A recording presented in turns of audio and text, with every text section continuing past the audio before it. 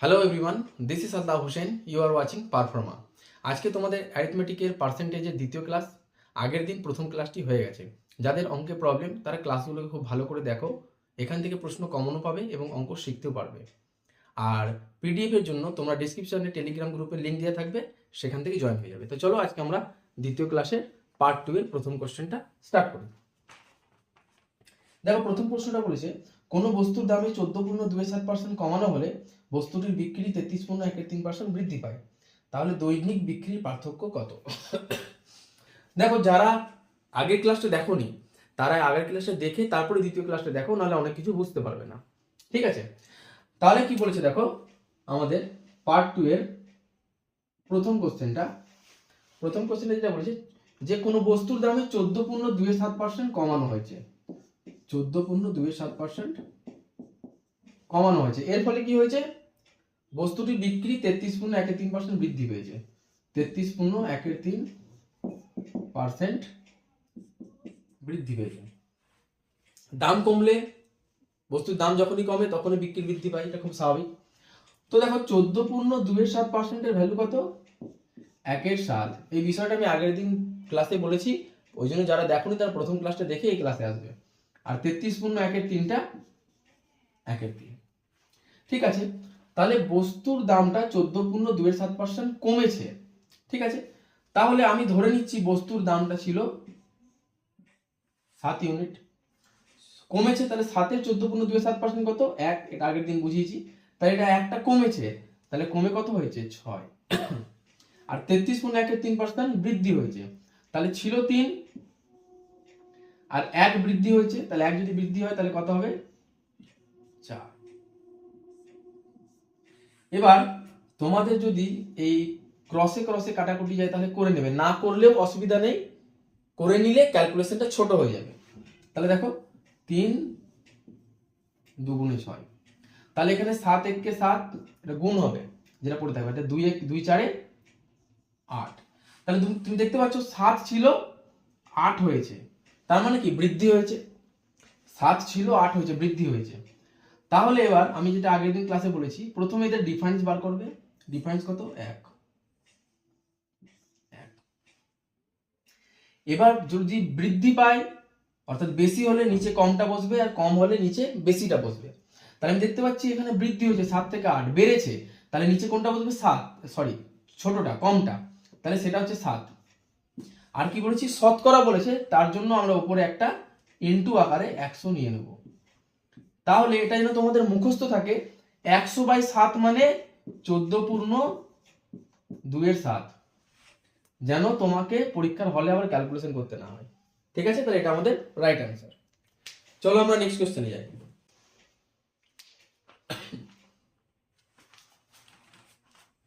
Question number 2 হচ্ছে কোনো বস্তুর দামে 25% কম হয়েছে কিন্তু বস্তুর বিক্রিতে 30% বৃদ্ধি পেয়েছে, তাহলে দৈনিক বিক্রির পার্থক্য কত?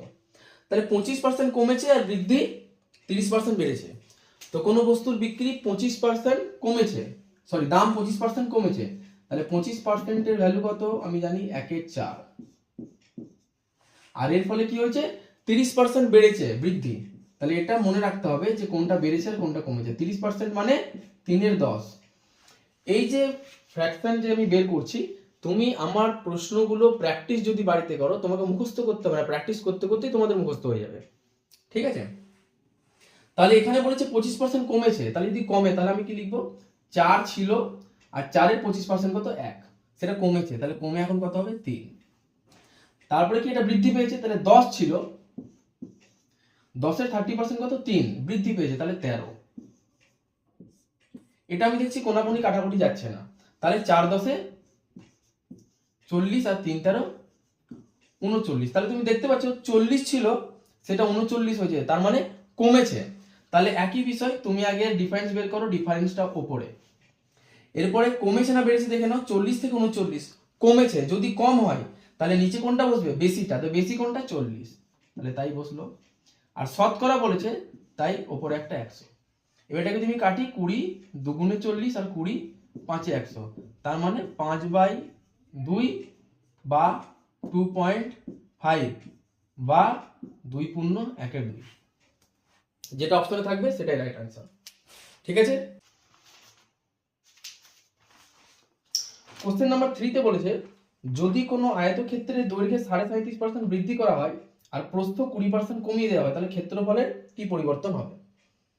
37.5% দৈর্ঘ্য বাড়াচ্ছে আর প্রস্থ 20% কমিয়ে দেওয়া হচ্ছে, তাহলে ক্ষেত্রফলে কি পরিবর্তন হবে। এই প্রশ্নটা দেখে আমাদের মনে হতে পারে যে এরা এই প্রশ্নটা আয়তক্ষেত্র বর্গক্ষেত্র চ্যাপ্টার থেকে এসেছে, বাট এর মধ্যে পার্সেন্টেজ ইনক্লুডেড। দেখো এই কোশ্চেনটা সলভ কিভাবে হবে। 37.5%, 37.5%-এর মান কত? 3/8। প্র্যাকটিস করতে করতে মুখস্থ হয়ে যাবে। 37.5% বৃদ্ধি পেয়েছে দৈর্ঘ্য আর প্রস্থ 20% কমেছে। 20% মানে 1/5, এটা কমেছে।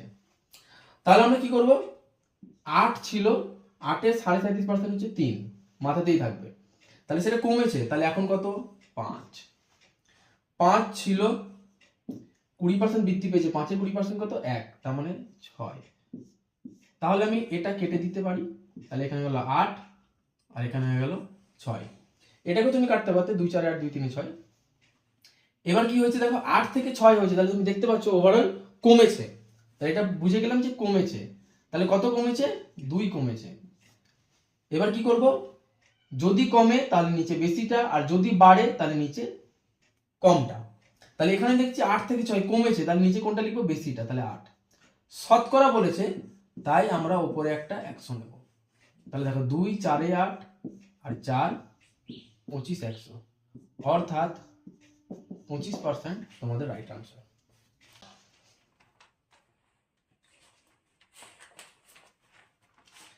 বলছে যদি কোনো আয়তক্ষেত্রের দৈর্ঘ্য 12.5% বৃদ্ধি পায় আর প্রস্থ 33.1 বৃদ্ধি পায় তাহলে ক্ষেত্রফলে কি পরিবর্তন হবে। দৈর্ঘ্যটাও 12.5% বৃদ্ধি পাচ্ছে আর প্রস্থটাও 12.5% বৃদ্ধি পাচ্ছে, সরি 33.1 বৃদ্ধি পাচ্ছে। কত? 33.1, দুটোই বৃদ্ধি। তাহলে এর মান হচ্ছে 1/8 আর এটা হচ্ছে 1/3। 33.1 1/3, দুটোই বৃদ্ধি পেয়েছে।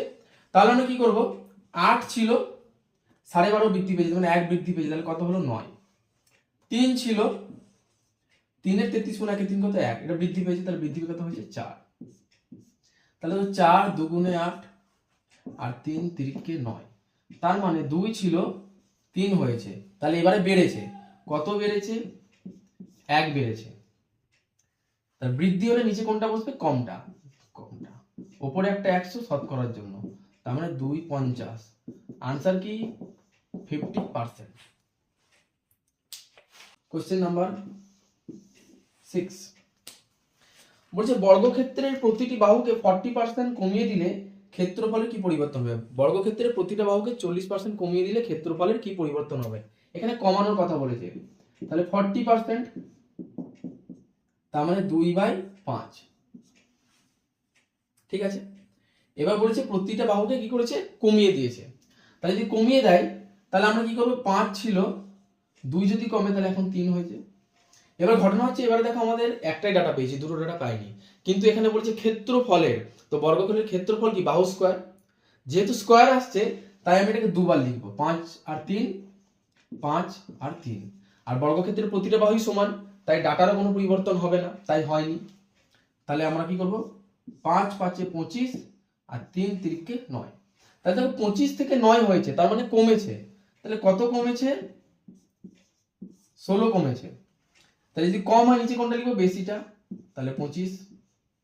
আর শতকরার জন্য উপরে একটা 100, মানে 25 4 100, তাহলে 16 4 64%। আনসার। কোশ্চেন নাম্বার 7 বলেছে যদি কোনো গ্রামের জনসংখ্যা প্রথম বছর 12.5% বৃদ্ধি পায়, দ্বিতীয় বছর 33.13% বৃদ্ধি পায় এবং মোট জনসংখ্যা যদি 2700 হয় 2 বছর পর, তাহলে বর্তমান জনসংখ্যা কত। তাহলে বলেছে প্রথম বছর 12.5% বৃদ্ধি, দ্বিতীয় বছর 33.13% বৃদ্ধি, এবং এই 2 বছর পর বৃদ্ধি হওয়ার পরে 2 বছর পরে জনসংখ্যা হচ্ছে 2700। তাহলে প্রথমে কত ছিল। তাহলে দেখো জনসংখ্যার অঙ্কটা কিভাবে করব। প্রথম আমরা ডাটাটা লিখবো, কি দিয়েছে? একটা 12.5%, একটা 33.13, দুটোই বৃদ্ধি। তাহলে একটা 12.5 মানে 1/8, একটা 33.13 1/3%, মানে 1/3 দুটোই বৃদ্ধি। তাহলে দেখো আমি ধরে নিচ্ছি যে 8 ছিল, বৃদ্ধি পেয়েছে 1, তাহলে হয়েছে 9। 3 ছিল, বৃদ্ধি পেয়েছে 1, তাহলে হলো 4। দেখো কাটাকুটি যাচ্ছে, 3 3 9, কোনাকুনি, 4 2 8। তাহলে মানে 2 ছিল আর 3 হয়েছে। 2 ছিল, এখন 3 হয়েছে। কত হয়েছে? 3। কিন্তু এক্সামিনার বলছে 2 বছর পরে 2700 হয়েছে, তার মানে আমার 3 ইউনিট সমানই এক্সামিনারের 2700। তাহলে আমার 1 ইউনিটের ভ্যালু বার করতে হবে সর্বদাই। 1 ইউনিটের ভ্যালু কত? 900। তাহলে আমার প্রথমে কত ছিল সেটা এক্সামিনার চেয়েছেন। তাহলে প্রথমে কত ছিল? 2 ইউনিট। তাহলে 1 ইউনিটের ভ্যালু যদি 900 হয়, তাহলে 2 ইউনিটের ভ্যালু কত? 2 গুণিত 900, তার মানে 1800। Right answer. কোশ্চেন নাম্বার 8 দেখো, বলেছে যদি কোনো গ্রামের জনসংখ্যা প্রথম বছর 16.23% বৃদ্ধি পায়, দ্বিতীয় বছর 37.5% হ্রাস পায়, আর তৃতীয় বছর 57.137% বৃদ্ধি পায়, যে 3 বছর পর জনসংখ্যা 1,65,000 হলে বর্তমান জনসংখ্যা কত? মানে প্রথমে জনসংখ্যা কত ছিল? তাহলে প্রথমে 16.23% বৃদ্ধি পাচ্ছে, তারপরে 37.5% হ্রাস পাচ্ছে, তৃতীয় বছর আবার 57.117% বৃদ্ধি পাচ্ছে, এবং এর ফলে, এই ঘটনার ফলে 3 বছর পরে দেখা যাচ্ছে 1,65,000 জনসংখ্যা হচ্ছে। তাহলে প্রথমে জনসংখ্যা কত ছিল? চলো প্রথম ডাটাগুলো লিখি। প্রথমে বলেছে 16.23%, তাহলে 16.23%, মানে আমরা জানি 1/6। তারপরে 37.5%, তার মানে হচ্ছে 3/8। আর তারপরে হচ্ছে 57.117%, তাই তো? 57.117%, মানে 4/7। তাহলে এটা বেড়েছে, এটা কমেছে, আবার এটা বেড়েছে। পরীক্ষার হলে তোমরা কি করবে? যেখানে বাড়বে সেখানে প্লাস সাইন দেবে, যেখানে কমবে মাইনাস দিয়ে রাখবে, তাহলে সুবিধা হবে। তাহলে প্রথম বছর বেড়েছে, তাহলে আমি ধরে নিচ্ছি 6 ছিল, তাহলে 7 হলো। 6 এর 16.23% তো 1 বৃদ্ধি পেয়েছে 7। এর বেলায় হ্রাস পেয়েছে, তার মানে 8 ছিল, 3 হ্রাস হবে, কারণ 8 এর 37.5% কত? 3, তার মানে 5 হয়েছে। আর এটাও বৃদ্ধি পেয়েছে, তাহলে 7 ছিল, 11 হয়েছে। তাহলে দেখো এবার কাটাকুটি যায় কিনা। 7 আর 7 কেটে যাচ্ছে, আর কোনো কাটাকুটি যাচ্ছে না। তার মানে 6 8 48 ইউনিট ছিল, আর এখন হয়েছে 55 ইউনিট। এক্সামিনার বলছেন 1,65,000 জন, তাহলে এই 55 ইউনিট সমানই 1,65,000। তাহলে 1 ইউনিটের ভ্যালু বার করতে হবে, তাহলে 1 ইউনিটের মান কত? বাই 55। তাহলে আমি যদি 11 দিয়ে কাটি, তাহলে 11 5 55, 11 1 11, 5 11 5 55, আর 3টে 0। এবার যদি 5 দিয়ে কাটি, তাহলে 3000। তার মানে 1 ইউনিটের ভ্যালু 3000। বলছে প্রথমে কত ছিল? প্রথমে আমার কত ছিল? 48 ইউনিট। তার মানে 48 ইউনিটের ভ্যালু বার করতে হবে। তাহলে 48 ইউনিটের ভ্যালু কত? 48 গুণিত 3, 3 8 3000। কিন্তু আমি গুণ করব 3 দিয়ে। 3 8 24 এর 4, হাতে 2, 3 4 12 আর 2 14, আর 3টে 0 পাশে বসে গেল। 1,44,000 জন প্রথমে ছিল। Right answer. কোশ্চেন নাম্বার 9 এ বলছে অনুষ্কা তার ইনকামের 33.13% বিরাটকে দেয় এবং বাকি টাকার 50% জামা ক্রয় করে। তারপরে তার কাছে 1270 টাকা বেঁচে আছে। তাহলে তার কাছে কত টাকা ছিল? তাহলে দেখো 33.13%, কোশ্চেন নাম্বার 9। আমি দুটো ডাটা পাচ্ছি, 33.13% আর একটা হচ্ছে 50%। 33.13টা 1/3, এটা মুখস্থ করতে হবে না। এখানে আছে 50%, মানে 1/2। তার মানে ধরে নিচ্ছি অনুষ্কার কাছে 3 টাকা প্রথমে ছিল, তার 33.13% অর্থাৎ 1 টাকা খরচ করে ফেলেছে। তাহলে এখন কত আছে বাকি টাকা? 2। পরে যে টাকাটা ছিল সেটা আমি ধরে নিচ্ছি 2 টাকা ছিল, তার 50% খরচ করেছে, মানে 1 টাকা খরচ করে ফেলেছে। তাহলে এখন কত আছে? 1। তাহলে এবার ক্যালকুলেশন, 2 আর 2 কেটে গেল, 3 আর এদিকে 1। তাহলে তার কাছে 3 টাকা ছিল, এখন পড়ে আছে 1 টাকা। ঠিক আছে, 3 টাকা ছিল, এখন পড়ে আছে 1 টাকা। তাহলে এই 1 ইউনিটের ভ্যালু হচ্ছে, বলেছে 1270 টাকা পড়ে আছে। তার মানে 1 ইউনিটের ভ্যালু 1270। তাহলে প্রথমে কত ছিল বলেছে? প্রথমে 3 ইউনিট ছিল। তাহলে 1 ইউনিটের ভ্যালু যদি 1270 হয়, তাহলে 3 ইউনিটের ভ্যালু তোমরা বলতে পারবে 1270 ইন্টু 3, তার মানে 0, 3 7 21 1 হাতে 2, 3 12 36 আর 2 38, অর্থাৎ 3810 রাইট আনসার। 10 দেখো,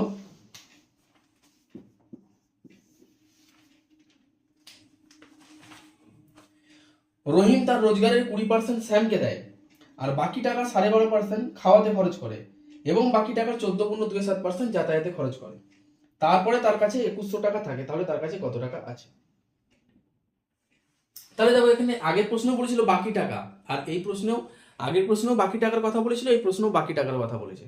তো বাকি টাকার বেলায় কিভাবে করবো সেটা দেখো, আগের প্রশ্নটা একই ছিল। তাহলে দেখো তিনটে ডাটা আমাকে দিচ্ছে 20%, 12.5% আর 14.27%। তাহলে 20%-এর ভ্যালু কত? 1/5। তারপরে বলেছে 12.5 14.27, 12.5% ভ্যালু মানে 1/8 আর 14.27% মানে 1/7।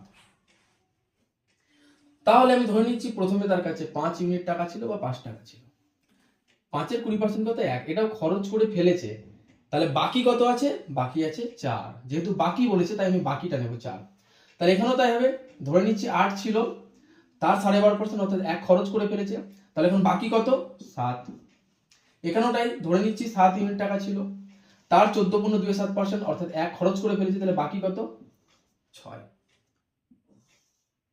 তাহলে 7 7 কেটে যাচ্ছে, 4 2 8 কেটে যাচ্ছে, 2 3 6 কেটে যাচ্ছে, তাহলে 5 আর 3 ইউনিট।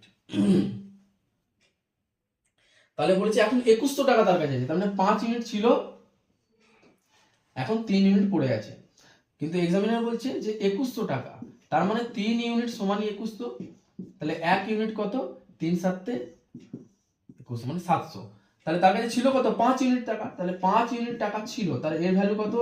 5 ইন্টু 700 অর্থাৎ 3500 টাকা রাইট আনসার। বলছে একটি লাইব্রেরিতে 20% বই হিন্দি, বাকি বইয়ের 50% ইংলিশ আর বাকি বইয়ের 30% ফ্রেঞ্চ ভাষার। যদি শেষে 6300 বই অন্য ভাষার হয়ে থাকে তাহলে লাইব্রেরিতে কত বই ছিল? তাহলে একই কোশ্চেন ঘুরিয়ে দিয়েছে, এটাও আমরা দেখে নেবো। কোশ্চেন নাম্বার 11, তাহলে দেখো, তাহলে ডাটাগুলো কি কি দিয়েছে একটু লিখে নিই। 20%, 50% আর 30%। তার মানে 20%-এর মান হচ্ছে 1/5, 50%-এর মান হচ্ছে সবাই জানো হাফ, আর একটা মান দেয়া আছে সেটা হচ্ছে 30%। 30%-এর মান হচ্ছে 3/10। তার মানে লাইব্রেরিতে আমি ধরে নিচ্ছি প্রথমে 5 ইউনিট বই ছিল, এখন পড়ে আছে কত? 4 ইউনিট। কেন? 20%, হ্যাঁ ঠিক 4। তাহলে এখন ছিল 2 ইউনিট, তাহলে তার 50%, তার মানে 1। 10 ইউনিট, তার 30% কত? 3, তার মানে বাকি কত? 7। এবার দেখো কাটাকুটি যাচ্ছে, 2 2 গুণে 4, 2 5 10, তার মানে আমি কি পেলাম? 5 5 25 আর 7 1 7। তাহলে এটা ছিল আর এখন এটা আছে, ঠিক আছে। তাহলে বলেছে সেই সংখ্যাটা হচ্ছে যেটা শেষে আছে, পড়ে আছে 6300, তো আমার কাছে পড়ে আছে কত? 7 ইউনিট। 7 ইউনিট মানে 6300, তাহলে 1 ইউনিটের ভ্যালু কত? সরি, 1 ইউনিটের ভ্যালু কত? 900। তাহলে প্রথমে কত ছিল? 25 ইউনিট, তাহলে 25 ইউনিটের ভ্যালু কত? 25 ইন্টু 900, তার মানে 9 5 45, 5 তে 4, 9 2 18, 4 22 আর দুটো 22,500। কোশ্চেন নাম্বার 12 বলছে এক ব্যক্তি তার ইনকামের 20% খরচ করে খাবারের জন্য এবং বাকি টাকার 5% যাতায়াতে, বাকি টাকা থেকে 120 টাকা সে দান করার পর তার কাছে 1400 টাকা থাকে। তাহলে প্রথমে কত টাকা ছিল? খুব ভালো অঙ্ক, প্রশ্নটা ভালো করে বুঝবে। বলছে এক ব্যক্তি তার ইনকামের 20% খরচ করছে আর বাকি টাকা কি করছে? যাতায়াতে খরচ করছে। আর বাকি যেটা পড়ে রয়েছে সেই 120 টাকাটা সে দান করার পর তার কাছে 1400 টাকা পড়ে আছে। ঠিক আছে, তাহলে আমি আগে দুটো ডাটা পেয়েছি, সেটা লিখি 20% আর 5%। তাহলে 20% মানে 1/5, 5% মানে 1/20। তাহলে ধরে নিচ্ছি তার কাছে 5 ইউনিট টাকা ছিল, তার 20% খরচ করে ফেলেছে, বাকি কত 4। 20 ছিল, তার 5% অর্থাৎ 1 খরচ করে ফেলেছে, এখন কত 19। ঠিক, তাহলে আমি এটা করতে পারি 4 5 এ 20, তার মানে 5 5 এ 25 আর এটা হলো 19। এবার দেখো তোমাকে বলেছে এটা ঘটার পর তার সে 120 টাকার একটা খরচ করেছে, 120 টাকা সে দান করেছে, তারপরে 1400 টাকা পড়ে আছে। এই টাকাটা দান করেছে, তারপরে তার কাছে 1400 টাকা পড়ে আছে। এই খরচ করার পর সে 120 টাকা খরচ করেছে, তারপরে ওর কাছে 1400 টাকা পড়ে আছে। তাহলে এটাকে আমি এভাবে ভাবতে পারি যে এই খরচের পর মোট তার কাছে কত পড়ে আছে, এই দানের টাকাটাকে আমি তখন এখানে ইনক্লুড করে দেবো। 2 5 1520 টাকা, তার মানে এই খরচের পর তার কাছে 1520 টাকা পড়েছিল, যেখান থেকে সে 120 টাকা দান করেছিল। তো আমি এক জায়গায় নিয়ে চলে এলাম, তার মানে এখন 19 ইউনিট আছে, তার মানে এরই ভ্যালু হচ্ছে 1520 টাকা। তাহলে 1 ইউনিটের ভ্যালু কত,